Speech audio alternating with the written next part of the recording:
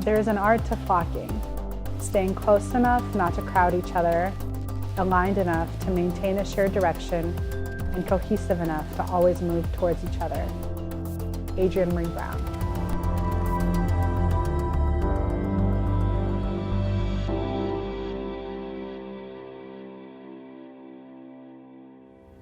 The Art of Flocking, Cultural Stewardship in the Parks, is a collaboration between the Chicago Park District, the Terra Foundation for American Art, Art Design Chicago Initiative. And it was inspired by writer, doula, and pleasure activist Adrienne Maree Brown, who wrote a really inspirational book called Emergent Strategy. This idea of artists and organizers working as a flock, the idea of really listening deeply to nature, really building on concepts of biomimicry and speculative fiction, learning from the lessons of Octavia Butler. These are all really foundational in Adrienne Maree Brown's Emergent Strategy, and they inspired this project. The Art of Flocking is a combination of those readings from Emergent Strategy. It was also a combination of different artists throughout Chicago, learning from them, listening to them. Artists like Hector Duarte, a Pilsen-based muralist and public artist, the artist collective Sapphire and Crystals, which is Chicago's first and longest standing Black women's artist collective, founded by Marva Lee Pitchford Jolly and Felicia Grant Preston in 1986. Our summer began at the Southside Community Arts Center, where our teaching artists and facilitators had a chance to meet members from Sapphire and Crystals, both as part of a panel and as part of individual interviews, as part of a gathering, which was a day-long celebration of art, music, and culture that was hosted at the Southside Community Arts Center. Sapphire and Crystals is a gathering of Black women's voices, Black women's ideas, Black women's talents. Sapphire and Crystals was the first show that I had in a gallery space. So that, I was just, totally excited and pumped up. And the first one in 1987 was right here in the Southside Community Arts Center. But as more people came on and it grew, it became not just Sapphire and Crystals, the exhibition, but Sapphire and Crystals, the group. It was one of the rare opportunities, really, for African American women artists to have an opportunity and a venue to exhibit. A lot of us as women had similar issues with accessibility, and even quite frankly, the idea of putting a show on solo, for example, is pretty overwhelming. So when you can come together with a dozen other people and we can share responsibilities. I mean, we produced catalogs, I think, for each show, which was a lot of work. Thank you, Juarez. Really, exactly. But those are important documents to have, and those are important opportunities for us to speak about our own narrative. I can remember some of the wonderful meetings that we would have at Marva's, either up in the condo or downstairs in her studio. But the kind of support that we gave each other was just, in my opinion, phenomenal. Marva Jolly was kind of our founding mother in Sapphire and Crystals. She's a sapphire, and we were the crystals. Felicia Grant Preston and her brought a number of women together to discuss this as a collective and what we could do. We need Black women, and you need Black women artists. If you look back at our history as a city, Black people have been a very strong vein in our creative history. If you look at the whole history of WPA and the Southside Community Arts Center, it's been a good chunk of our contemporary and modern history in Chicago has a very strong African American component. And we really can't afford to lose any part of our creative history. And especially this one here, that even though it's not codified as a brick and mortar institution, it's still very much a virtual institution where young artists are still like, well, how can I join? How can I be a part of this? And to not have it there creates this sort of misguided notion that maybe we did not have a culture. And for us to have survived for 30 years means that we have, not just us as a collective, but Black women artists in general. Those elements of being in community and with one another, we're all woven in together, and we're a huge part of the way that we design the curriculum. The experience for me has been just really kind of confirming that art is a solution, art is a way to bring people together. And doing the kind of art flocking and green leadership with their own confidence to do things, to create art or to register to vote or to make something happen in the community is kind of what everybody needs to be learning, so that ownership is felt by a new generation to this place.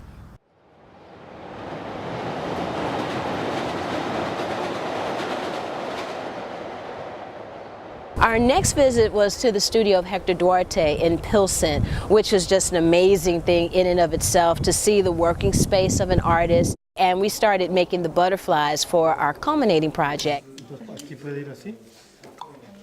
Mi nombre es Héctor Duarte, soy pintor y vivo aquí en Pilsen, dentro de un gigante que está afuera. Dentro de un gigante. Pinté este mural afuera que se llama Gulliver en el País de las Maravillas, y estoy haciendo alusión al gigante, pero cambió un poquito la historia. La historia es un gigante latino que cruzó la frontera y ahora se está liberando, está atado con alambre de púa, y el alambre de púa representaría lo que es la frontera. Pero ese gigante representa a 11 millones de personas que no tienen pues, su registro oficial aquí en este país, pero esos 11 millones pagan impuestos y no pueden disfrutar de los beneficios de este país. Entonces es un llamado a la gente para que podamos presionar a los políticos para que pasen la ley de amnistía o una nueva ley de migratoria, para que puedan quedarse aquí pues y disfrutar del sueño americano, que es lo que ofrece este país, pero parece que ya no. Una cosa interesante es cuando llegué la primera vez acá, me sorprendí cuánto mexicano había. Y dije, calor, ¿qué están haciendo estos acá? Y pues tan lejos de la frontera. Se me hizo raro y a la vez me gustó, porque pues aquí ya podía sentirme como en casa, ¿verdad? En Pilsen, además. Al ver toda esa referencia de tantos mexicanos tan lejos de México, y después me di cuenta, aprendí que había unas mariposas que iban de Canadá hasta Michoacán. Dijo, pues es mi estado, ¿qué pasó? ¿Por qué yo no sabía eso? Nadie sabía en realidad. Fue un canadiense, un profesor canadiense que descubrió eso y les siguió el rastro y fueron a dar hasta Michoacán. A partir de eso empecé a relacionarlo con la migración de los mexicanos, de michoacanos, hasta aquí. Y esa fue la primera conexión que hice, de que las mariposas son migrantes y nosotros también, pero ellas van y vienen y nosotros ya no regresamos. Aquí me di cuenta que lo que había dejado en México, la cultura, porque aquí todo es diferente. A las nuevas generaciones trato de mostrarles, de enseñarles algo de México, porque muchos pues nacieron acá y ni español hablan, entonces les trato de inculcar y decirles, si tú conoces tu cultura, tú puedes aprender de tus raíces y a la vez mejorar en el futuro. Puedes crear una cultura nueva y tomar lo mejor de la cultura mexicana y lo mejor de la cultura de aquí, de este país. Cada quien puede rehacer su cultura dentro de esta ciudad. Y si no se hiciera así, otra vez quedaríamos asimilados y perderíamos de dónde venimos. Y la memoria se perdería. Por eso es importante ir en contra de la globalización, pues en todos los aspectos, porque nos hacen olvidar nuestras tradiciones, olvidar nuestra forma de vivir de cada quien, de cada tradición, y así no la pasamos a los niños. a los jóvenes. Y necesitamos que siga vivo esa llama para que no se pierda la memoria cultural. Si uno no conoce de dónde viene, no podría uno hacer ningún cambio, porque estamos metidos, inmersos en esta forma de vivir y no vemos para los lados, no vemos para atrás. Esta cultura no tiene historia, entonces tenemos que cambiar eso, tenemos que regresar y eso es parte de la médula del futuro, si no, nada va a pasar y vamos a seguir repitiendo, como digo, los errores del pasado. The way that I was able to sort of like see this work firsthand and hear Hector Duarte in his studio talk about his own work, his paintings, I sort of realized that it's all about like our own human experiences and how we're able to pass those on, like by teaching a skill, like by creating art together. I've learned a lot working with young people in the city of Chicago on making art. I've realized it's a very resilient city. It's a city where young people are oftentimes summarized and put into categories and boxes, and art allows for them to begin that lifelong journey of self-definition and finding out their talents and their abilities. And hopefully what Azucena and myself have been trying to share with the young people here is providing some sort of good for them and providing them with an opportunity for growth and learning more about who they are and what they can accomplish. If you put too much like spread it out.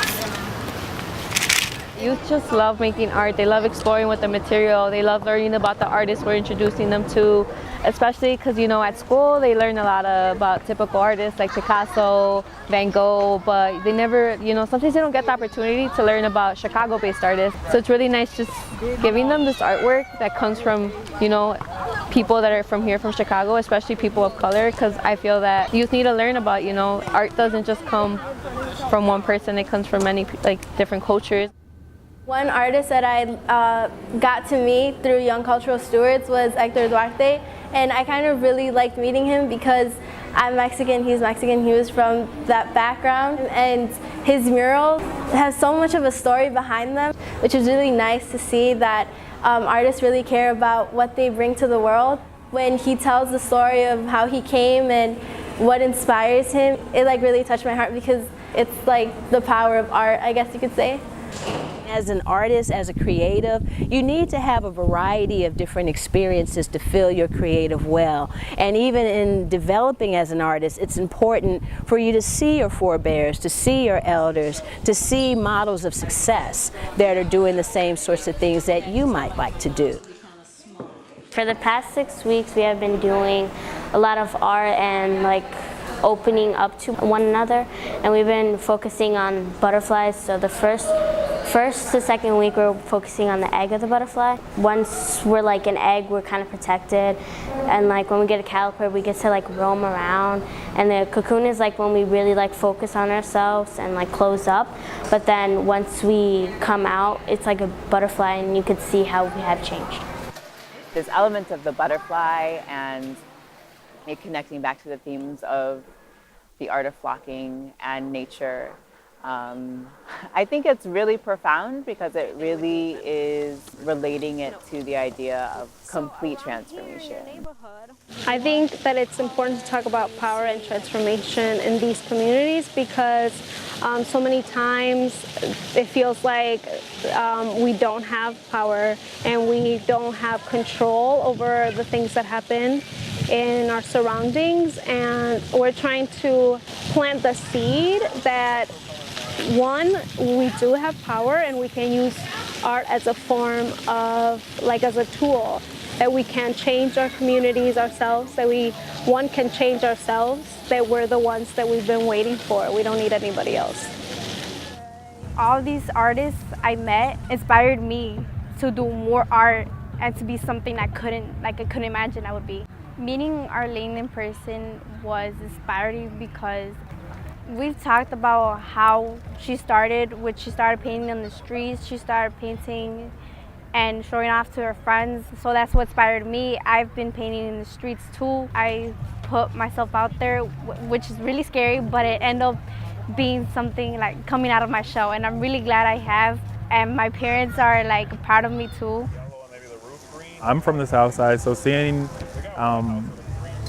work like this being done in my particular neighborhood is beautiful, and just to be a part of it is life-changing because you get to make an immediate impact on not only your neighborhood but kids that will affect them in their future. And it's imperative that our work is being done in these communities because these are the communities that lack resources and also lack faces in the community. So it's even more empowering for them to see individuals that look like them and sound like them doing work in their community and to let the youth know that we care for them. In addition to the art making, I think a really huge part of the program was this sort of like social and emotional world that we as teaching artists and also like the kids in the park that were participating in the program was sort of navigating together.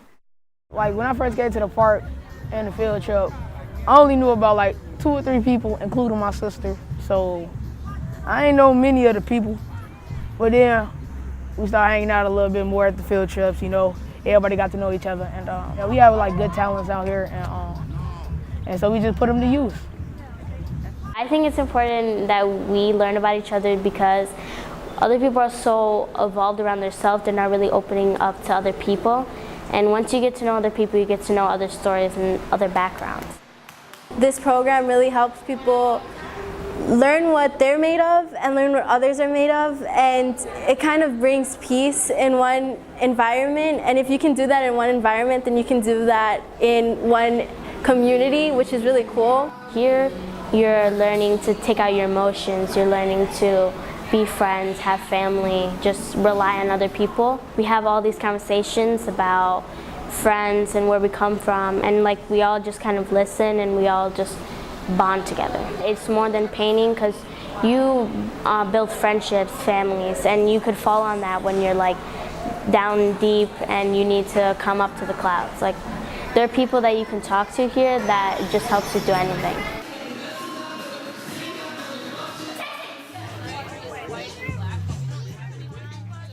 So today we're at 31st Street Beach for our culminating event. We brought some of the work that we made over the summer.